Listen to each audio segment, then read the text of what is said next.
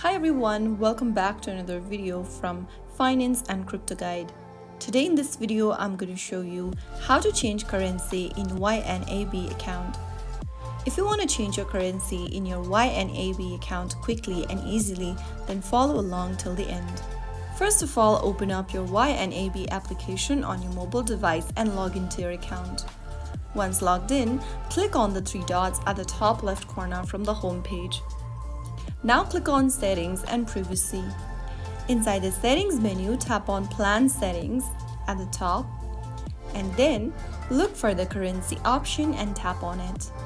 Now select a different currency and then you will be able to see that the currency has now changed. Click on Done at the top right, and that's how you easily change your currency on your YNAB account.